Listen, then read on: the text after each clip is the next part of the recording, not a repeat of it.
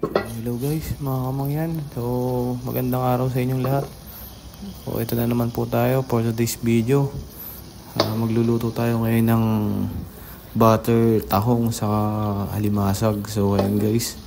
Nilagay ko na nga po pala yung butter dyan para tunaw na po siya, tuminit.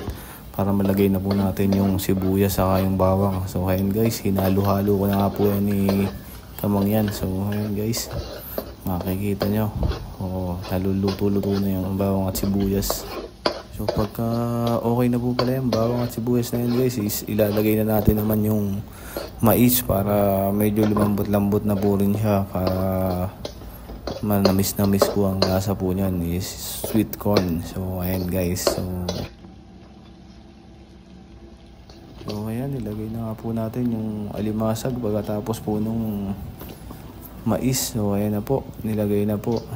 So ayan, makikita nyo, hinalo-halo na po yan. So hintayin lang po natin maluto yung alimasag. Maya po ilalagay na po natin yung tahong para sama-sama na po sila dyan, para malasahan natin kung masarap ang ating niluluto. Siyempre masarap yan.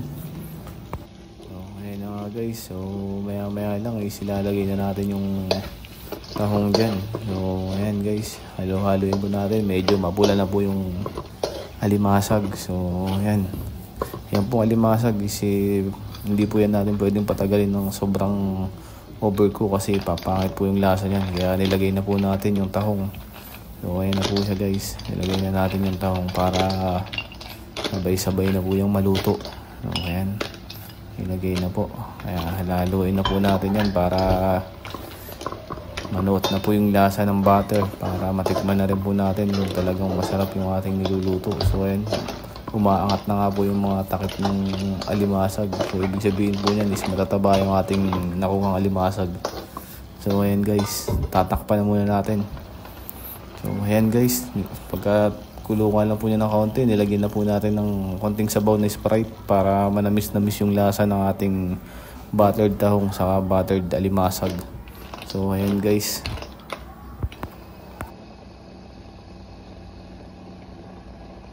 ayan, kumukulo na nga po siya.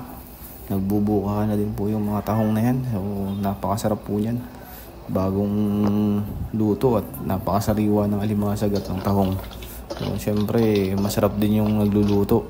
So ayan guys, inano nga po natin yung kumukulo na para manuot po yung lasa. So ayan guys, maya lang po is pwede na po nating ulamin yan. So mauubos na naman ng isang kalderong kanin yan, sigurado na naman yan. High blood na naman yan.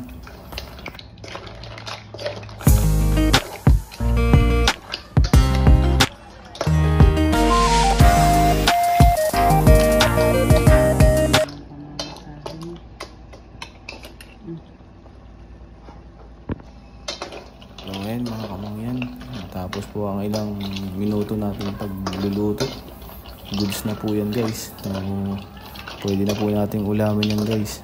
So maraming salamat po mga kamangyan sa inyong walang sawang suporta. Sa mga bago pong nanonood dyan, please like and subscribe lang po. Maraming pong salamat from Mendoreñong Mangyan.